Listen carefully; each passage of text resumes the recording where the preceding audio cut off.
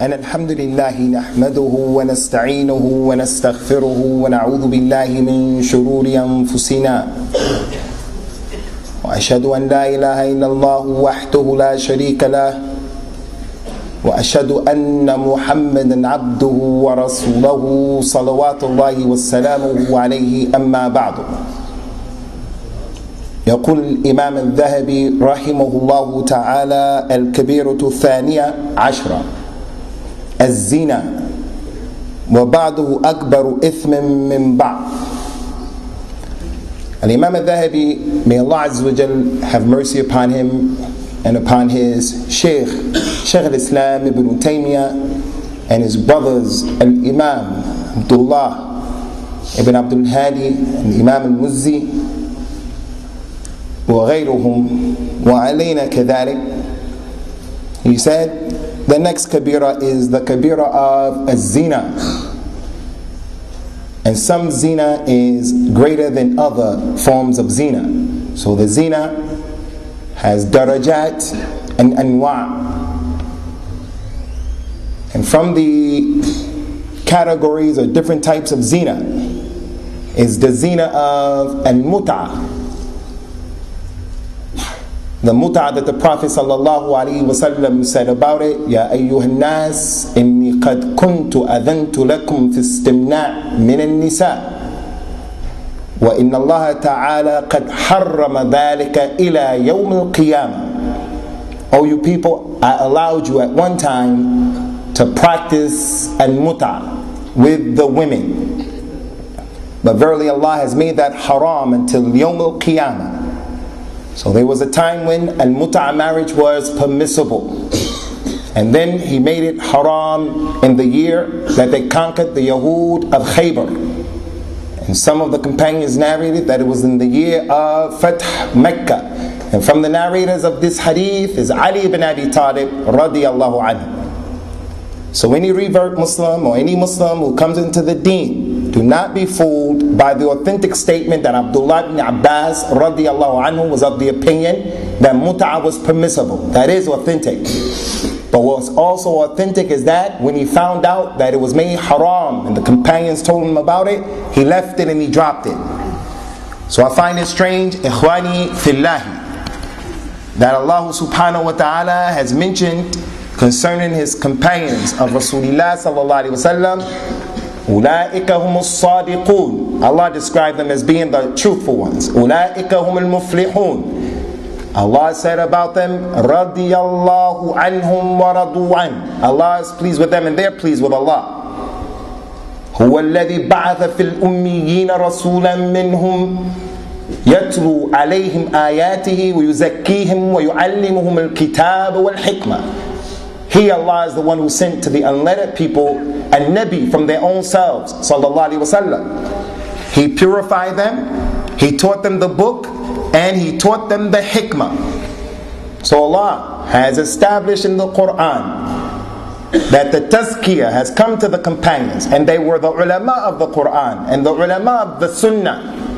And then a group of people come today who say that Rasulullah sallallahu alaihi wasallam's companions were kuffar, and they say that mut'ah marriage is halal, and they say that the Quran is incomplete, and they say part of their religion is a tuqya, to lie.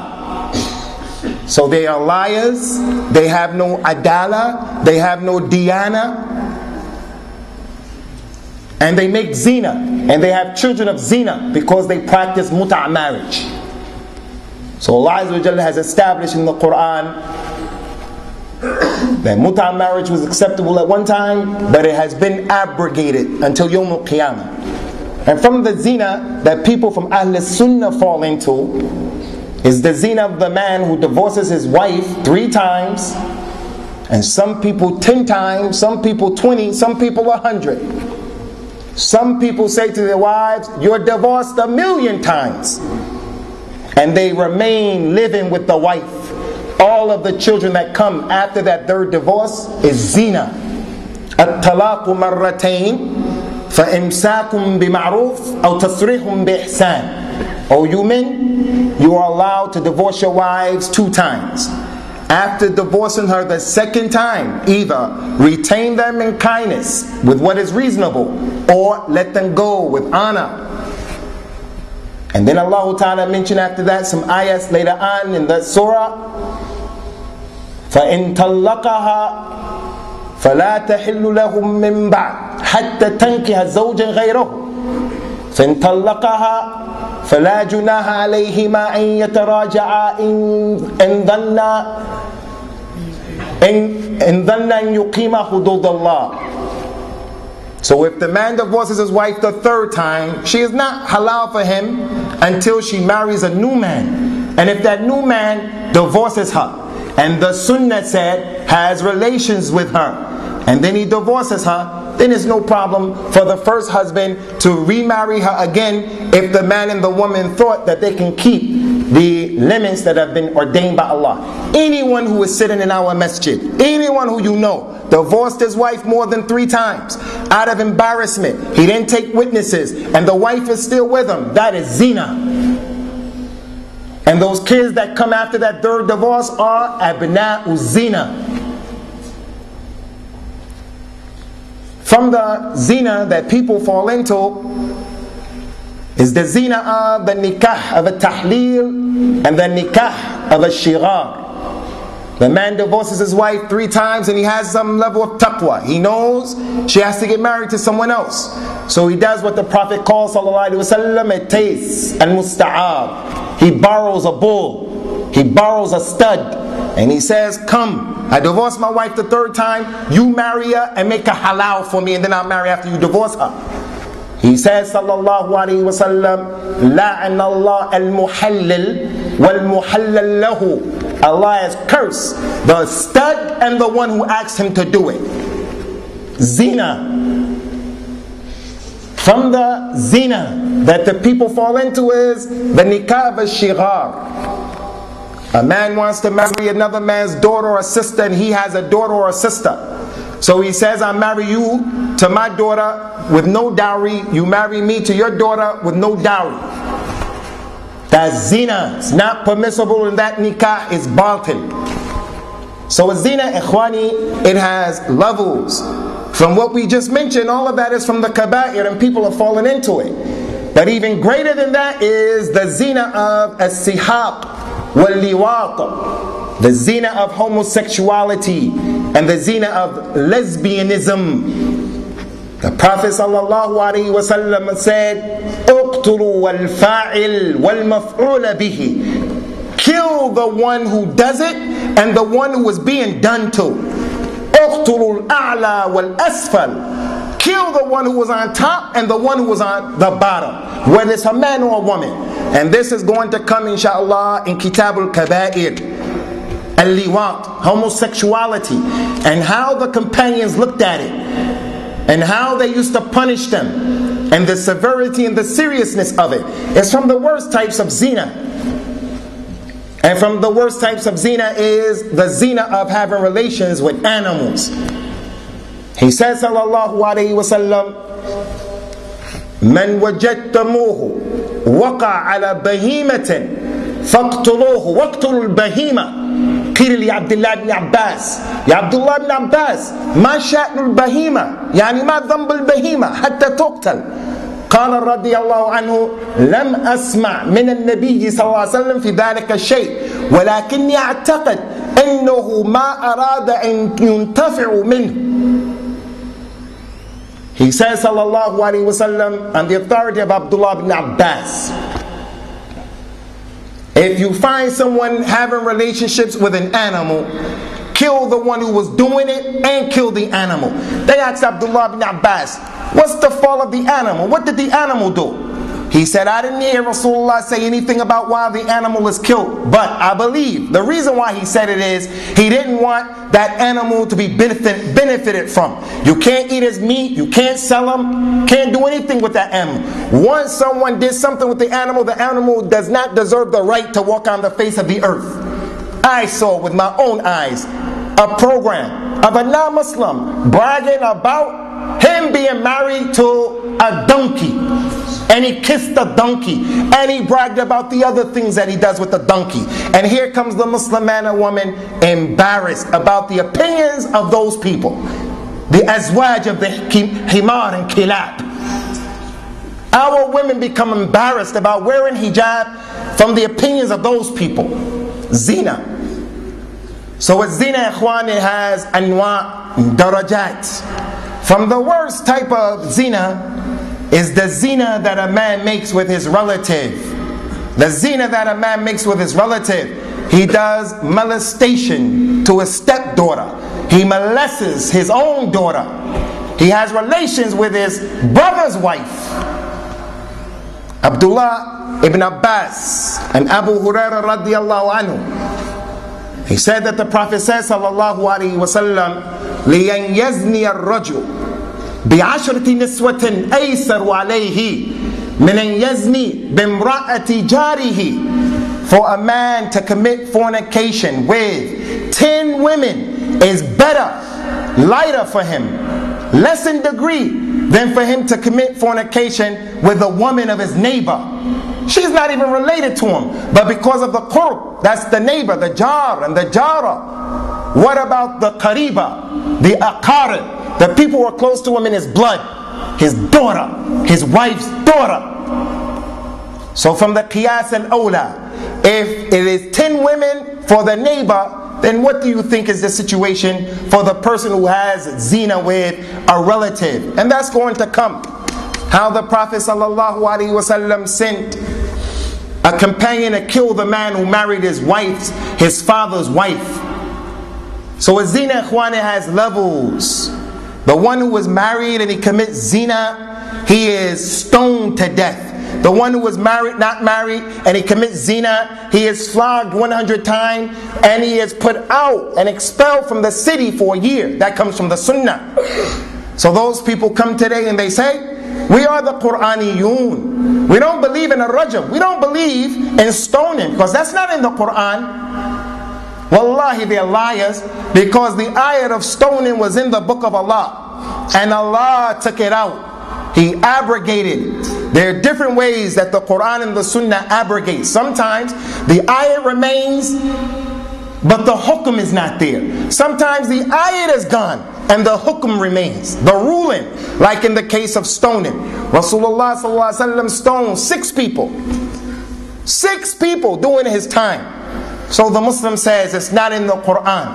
مَا نَنْسَخْ مِنْ آيَةٍ أَوْ نُنْسِهَا نَأْتِ بِخَيْرٍ مِنْهَا وَمِثْلِهَا ألم تعلم أن الله على كل شيء قدير ألم تعلم أن الله له ملك السماوات والأرض وما لكم من دون الله من ولي ولا نصير أم تريدون أن تسألوا رسولكم كما سئل موسى من قبل ومن يتبدل الإيمان بالكفر فقد ضل سواء السبيل. Allah doesn't cause an ayah to be abrogated or forgotten, except that He replaces it with an ayah that is better than it or what is similar to it. Don't you know, Muhammad, that Allah can do whatever He wants to do? Don't you know it belongs to Allah what is in the heavens and the earth? And you have no wali and no nasir other than Allah? Or do you people want to question your Nabi as Musa was questioned before? What color cow? How big is the cow? What portion should the cow live in? What? So that ayat was in the Quran and it was abrogated. And I say right now that the ayat of al-rajm is still in the Quran. It is the statement of Allah subhanahu wa ta'ala, وَمَا أَتَاكُمُ الرَّسُولُ فَخُذُوهُ وَمَا نَهَاكُمْ أَنْ فَانْتَهُوا. What the Prophet sallallahu alaihi wasallam ordered you people to do, take it. What he prohibited you from, leave it. So that shows that the aqiqah is in the Quran. The ahkam of al-aqiqah in the Quran. The curse that he put upon the washima and the mustawshima and the wasila wal mustawsila, all of that is in the Quran by that ayah. So with zina, different levels, ikhwani. One person is stoned to death, the other person is expelled from the city, and he is flogged 100 times. Another point concerning zina that is a critical point is that the vast majority of us sitting in this masjid have fallen into zina. I'm not calling you brothers and sisters zunat, especially the women, but most people are falling into zina. Abu Hurairah radiyallahu anhu, in Sahih al-Bukhari and Muslim, he said that the Rasul said, sallallahu alayhi wa sallam, Inna Allah kataba ala ibn Adam hadduhu min al-zina, mudriku dhalika la mahala. فزنا العينين النظر وزنا اللسان النطق والنفس تمنى وتشتهي والنفس تمنى ذلك وتشتهي ويصدق ذلك الفرج أو يكذبه. Allah has written on the sons of Adam their portion of zina. They're going to fall into it and they can't help it. It's going to happen. The zina of the eyes is looking at what's haram. The zina of the tongue is mentioning those things that are haram. And the nafs desires it. It wants it and it desires it. And the private parts either make it a reality or protects them from it. You go outside of our masjid on Green Lane, you make a right on the corner of Green Lane and Coventry Road. The non-Muslims put up there a big poster giving dawah to lesbianism.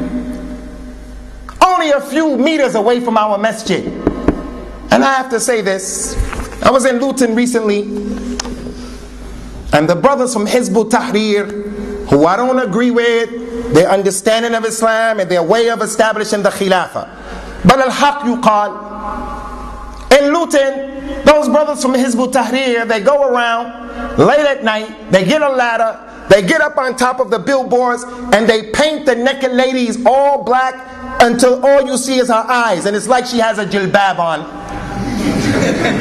Wallahi, ni'ma ma fa'alu.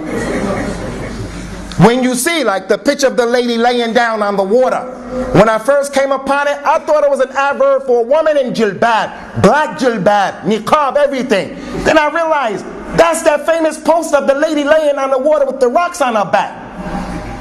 So some of the brothers took from that sunnah and did the same thing here, but without the artistry of the Luton people. Did the Muslims do that? Allahu alam, Allahu alam. And I'm not encouraging people to do that, but that's their freedom of speech.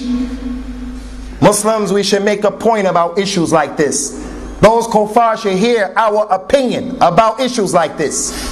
We should have enough organization, enough leadership to let those people know this is not tolerated in our community. Why by the masjid? They don't do it by the church. So we expect from the Muslim leadership to have a stance and to make positions. Let those people know. And if not, those people who do things like that, we say, if'alu wala haraj. Az-zina, different levels and different degrees and different types. And Imam al-Thahabi, rahimahullah ta'ala, brought 4 ayat of the Quran and a number of ahadith of Rasulullah sallallahu alayhi wa sallam concerning az-zina. The first ayat is the statement of Allah ta'ala, وَلَا تَقْرَبُوا الزِّنَا إِنَّهُ كَانَ فَاحِشَةً وَسَاءَ سَبِيلًا. Do not come close to a zina. It didn't say don't fall into zina. The ayah said, do not come close to a zina, for verily it is fahisha, and a terrible way to go, a terrible way. This ayat of the Quran, ikhwan, has given the ulama of al-Islam and the Muslims a concept that we use in all aspects of our lives, and it is what is called sadd al-dhari'. Sadd al-dhari'ah is closing the door of something before it happens.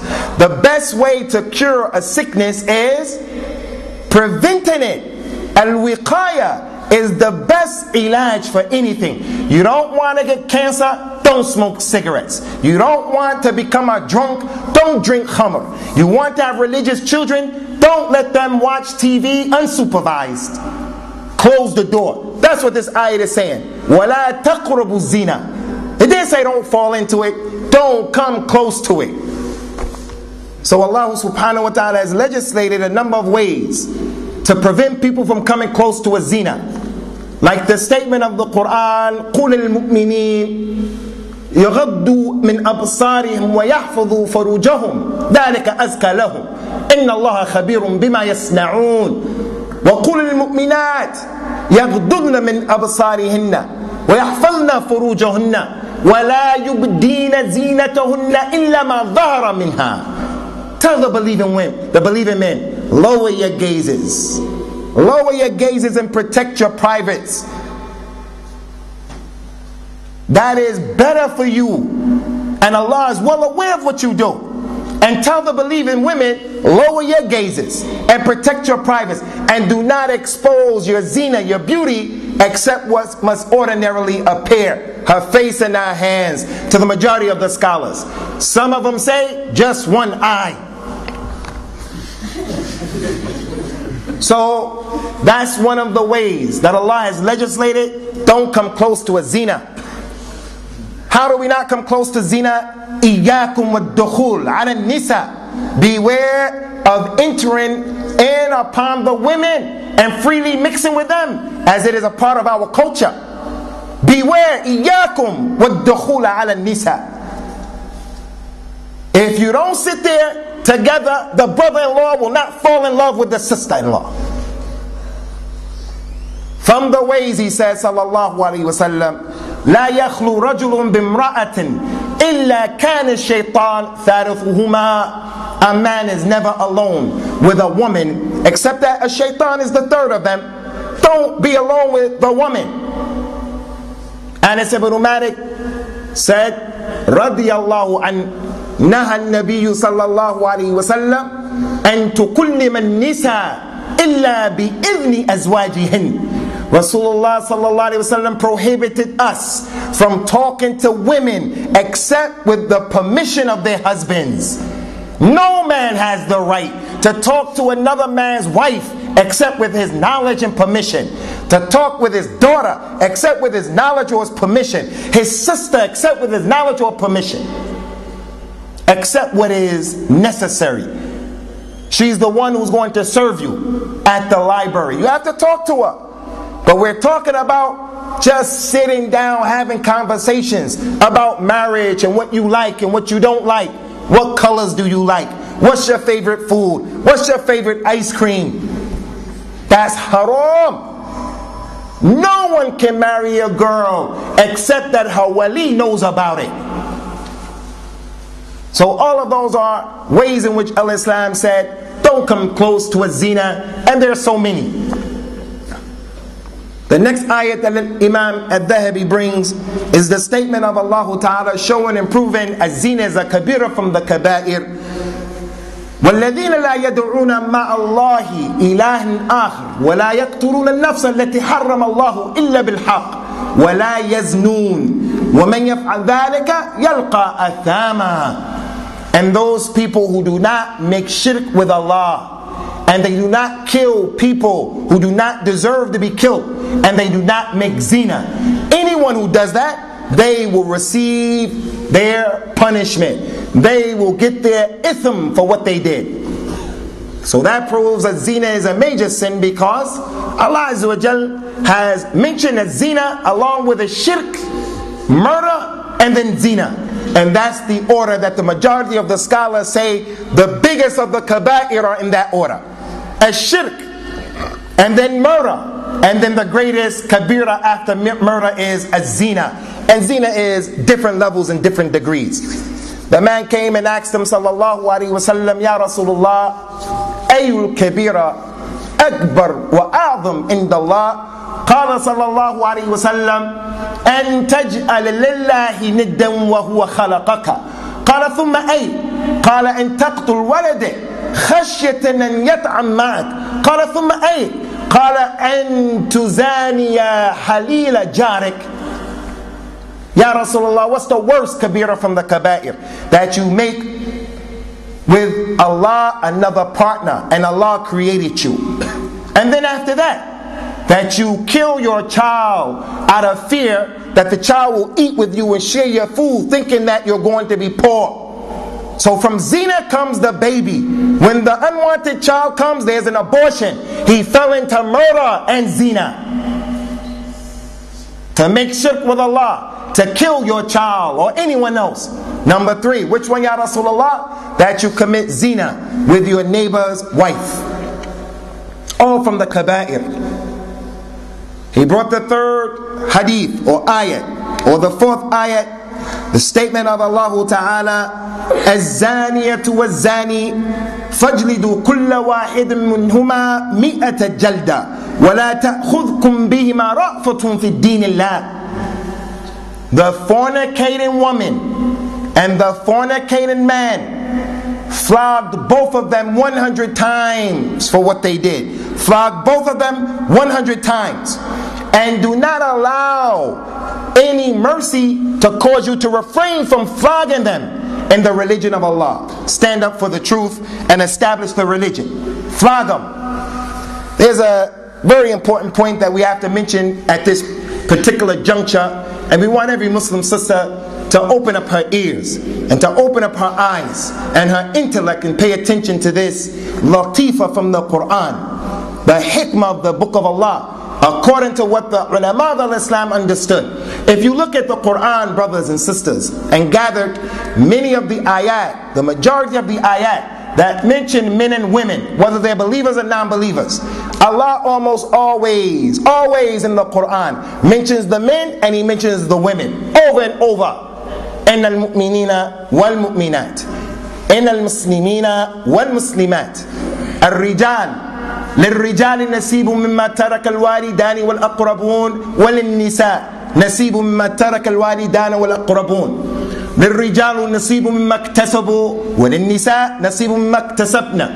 So many ayat of the Quran, even with the kuffar, ليعذب الله المنافقين والمنافقات والمشركين والمشركات ويتوب على المؤمنين والمؤمنات. So many ayahs of the Quran. لولا إذ سمعتموه ظن المؤمنون والمؤمنات بأنفسهم خيرا. When you heard it, when you heard the slander on Aisha, the believing men and the believing women should have thought about themselves good. But in this ayat, Allah mentioned the woman first. Az-zaniyatu waz-zani. The woman who fornicates and the man who fornicates, flog both of them 100 times. The scholar said, one of the wisdoms behind that, ikhwani, is because ultimately the responsibility of the zina falls on the shoulders of the girl, because she's the one who's going to ultimately give the final word, except for the one who rapes the woman. Another terrible form of a zina is to rape someone. لا يسرق السارق حين يسرق وهو مؤمن. The one who steals something, when he steals it, he's not a believer. His iman leaves him. لعن الله من يسرق البيضة فتقطع يده. May the curse of Allah be upon the one who steals an egg, so his hand is chopped off for stealing an egg. He did it multiple times. He's a pathological thief. So what about the one who steals that which is one of the most honorable things to the woman, and he rapes her? So the ulama of Islam said, Allah mentioned the woman here as zaniya first, because ultimately the responsibility of a zina lies with the woman. So the Muslim woman has to be careful. All he's doing is trying to chat you up, and he's promising you so many things. He's not going to marry you. If he was going to marry you, he would have married you and gone about it the correct way. Promise you all kind of promises. Yeah, and when we get married, after we do it, I'm going to take you to Saudi Arabia, and you're going to study in al-Qur'an, and I'm going to be over there, and we're going to work, and you're going to memorize the Qur'an. Every year I'm going to take you to your mother's house. And he's lying. So it's ultimately up to the girl. And for that reason, when some of the companions of Rasulullah sallallahu alaihi wasallam, they argued amongst themselves as to who would take custody of a child that was born from zina. Each one of them were making a claim that the child was a child from zina. The Prophet sallallahu alaihi wasallam said about that child, "Al-walad lil-farash, wal-ahir al-hajar." The baby belongs to the bed in which it was born on, to the mother. And the one who made the zina with her gets the rocks. Means you go away with nothing. You don't take the boy's name. He doesn't take your name. He's not from your loins. Our children are established through nikah. The child is established, and our lineage is established in Islam through the proper nikah. So we have to be diligent in marrying people the correct way. We have to be correct and serious in not having children knowingly or unknowingly by the means and the ways that are not from al-Islam. So that lady is responsible for that child. And the child becomes known as Abdullah ibn Fatima, Ahmed ibn Maryam, because the father is not known. Sa ibn Zina. The last ayat is the statement of Allah subhanahu wa ta'ala, الزاني لا ينكح إلا زانية أو مشركة وزانية لا ينكحها إلا زان أو مشرك وحرم ذلك على المؤمنين. Pay attention to this misunderstood ayat so that we insha'Allah ta'ala can open up the door of rahmah on some of our brothers or sisters who want to get married to good people. The ayah said that the man who was guilty of committing zina, he doesn't marry anyone except another woman who was guilty of zina or a mushrik. And the believing woman who was guilty of committing zina in her life, she doesn't marry anyone except another man who was guilty of zina or a mushrik. And that is haram on the believers. This ayat of the Quran is misunderstood. Some people understood that the ayat is saying that if a person committed zina, they can only marry a person also guilty of committing zina, or marry a mushrik. And this is not the case. The revert who committed zina has children in Jahiliyyah, from the men or the women. When they come into Islam, it's permissible for them to marry the virgins from our community. The ayat is not what the scholars call the insha'ul hukum. It is not a ruling telling you if you committed zina, you only can marry a zaniya or a mushrika. It's haram to marry mushrik women. وَلَا تَنْكِهُ الْمُشْرِكَاتِ حَتَّى يُؤْمِنَّ وَلَا أَمَةٌ مُؤْمِنَةٌ خَيْرٌ مِنْ مُشْرِكَةٍ وَلَوْ أَعْجَبَتْكُمْ. Don't marry the disbelieving women, the mushrik women, until they believe. And the slave woman who's a believer is better than the mushrik women, even though the mushrik women may please you. Men can't marry mushrik women, and definitely Muslim women can't marry them as well.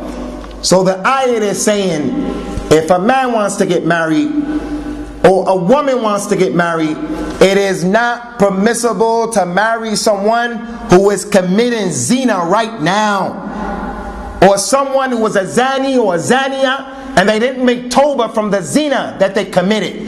But if they make tawbah, al-Islamu yujubbu ma kana qablu. Islam wipes away what went before it.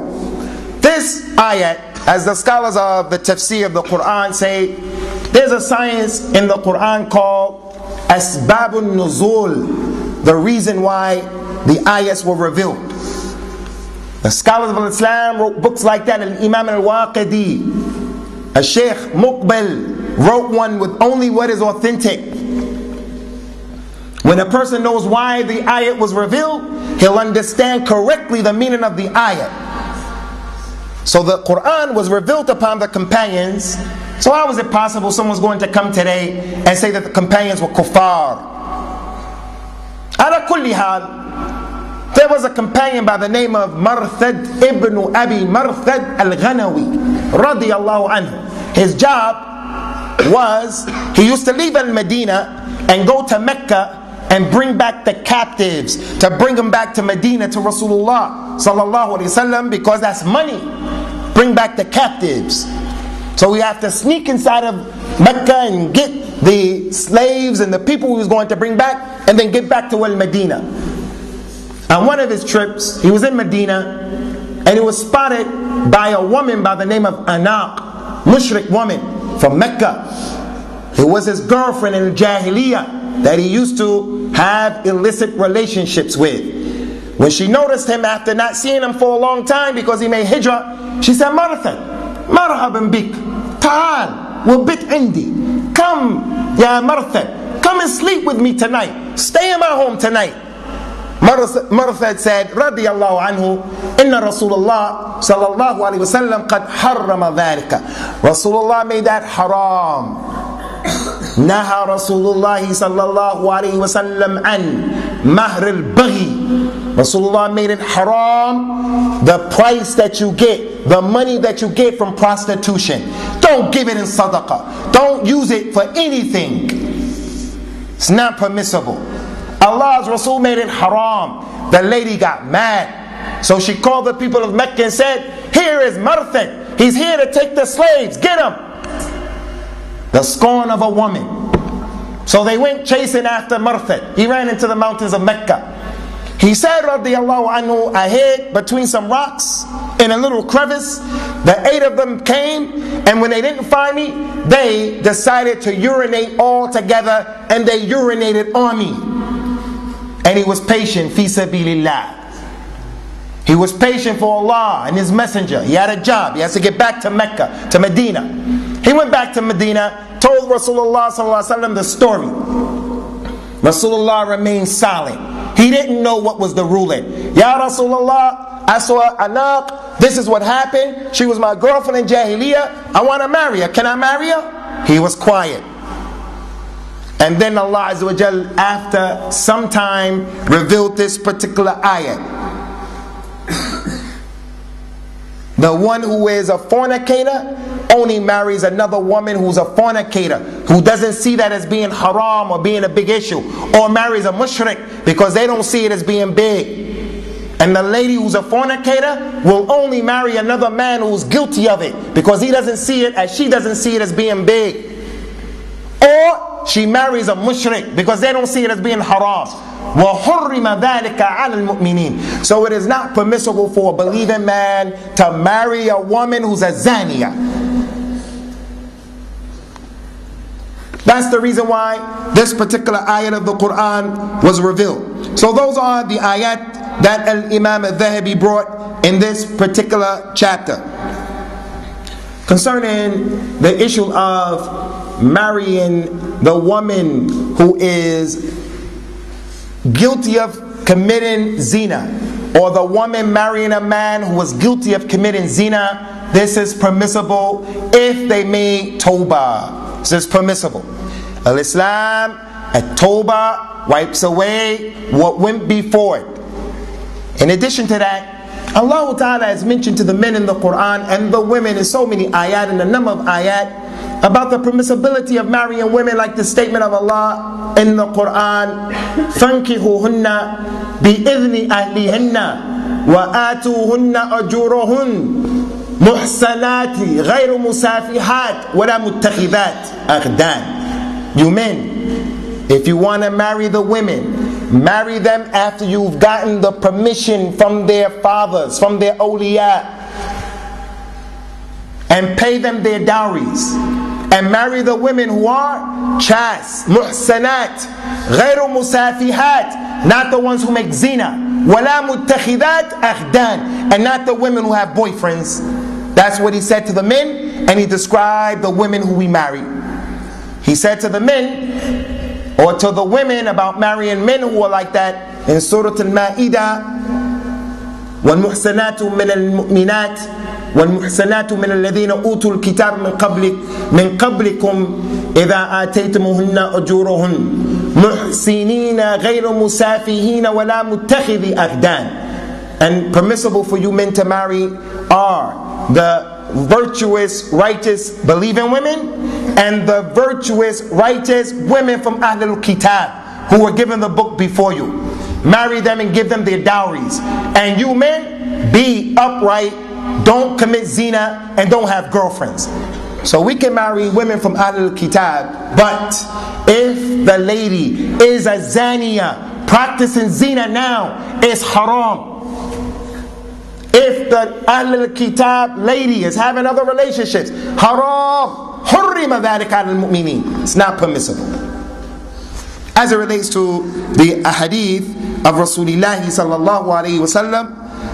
Al-Imam al-Thahabi rahimahullah ta'ala, he brought these few hadith. We'll read the next two and we'll stop here. بإذن الله تعالى. قال الإمام الذهبي وقال عليه الصلاة والسلام: لا يزني الزاني حين يزني وهو مؤمن، ولا يسرق السارق حين يسرق وهو مؤمن، ولا يشرب الخمر حين يشربها وهو مؤمن. A man does not commit zina while he's doing it and he remains a believer. Nor does he drink khamr, smoke crack, do narcotics while he's doing it, except that he's not a believer. And a man he doesn't commit zina, he doesn't make zina, drink khamr, nor does he steal while he is a mu'min. The second hadith is similar to that.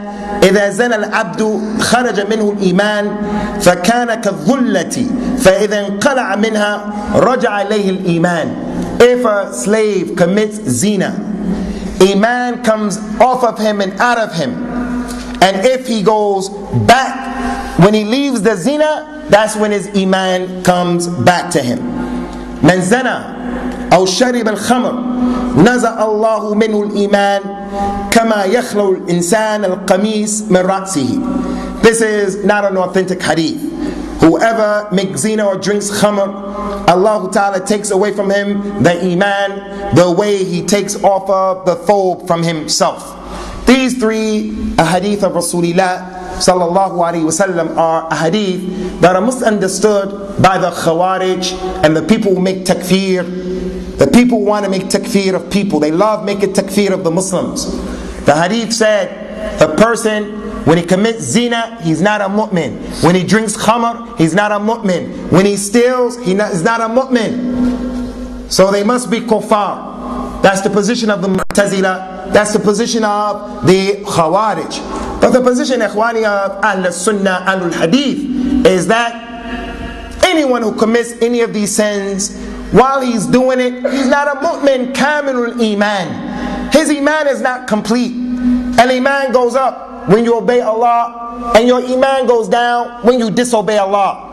The bigger the crime, the bigger the dhunub and the ma'asi, the more your iman will go down. But you will always have iman. And whether you make tawbah or not from the sin that you committed, you're under the mashi'ah of Allah. If He wants, He'll forgive you. If He doesn't want, He won't forgive you.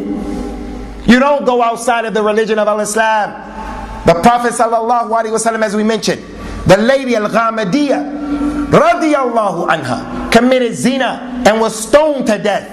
And the companion said some things. He said, don't help the shaitan over her. If you put her iman on the scale, the iman of people in Medina on the other scale, her iman from the Tawbah will be better and more than theirs. And he prayed over her. And he prayed over the Ma'iz man. If they were kuffar, would he pray the Salat of al-Janazah over them? He didn't pray the Salat of al-Janazah over the one who had a debt. And he prayed over the one who had the had from the hudud of Allah established. He wouldn't pray the Janazah over a non-Muslim.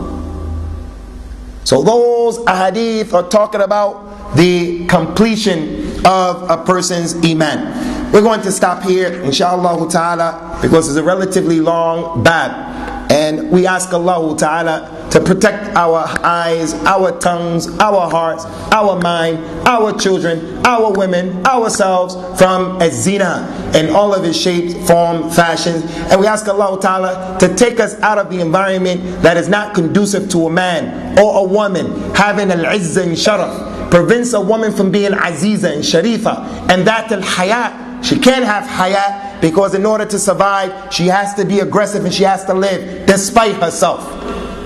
And that's why for most of us, al-hijrah from these environments are an obligation. Az-zina is a kabira from the kaba'ir. From az-zina, ikhwani, is the man who marries a woman and he runs off with her without getting the permission of her parents. That's zina. You have to have the wali. There has to be a wali in the nikah. La nikah illa bi wali. If the person is Hanafi and he really believes with ikhlas and sincerity that the Hanafi way is correct in that, then that is not zina. He made a mistake. when they came to Abdullah ibn Abbas radiallahu anhu and Abu Hurairah in another incident, the man said, I committed zina with this woman and I want to marry her. Abu Hurairah said, marry her and be quiet about the zina. The people were sitting there, they said, how could you allow him to marry her? He said radiallahu anhu, كان أول أمرهم السفاح وآخر أمرهم النكاح. Their beginning was zina and their end was marriage. So if a person makes a mistake and he wants to rectify it, don't go broadcasting. You'll make a fitna for yourself. Those people who know that you can't marry a woman without a wali, if you marry her and elope and you consummate, you have committed zina in the religion of Islam. And that child is ibnu zina, bintu zina. So let us protect our privates, as the ayat of the Quran said. Wahfudu. Let them protect their privates. When you protect it, you protect your lineage.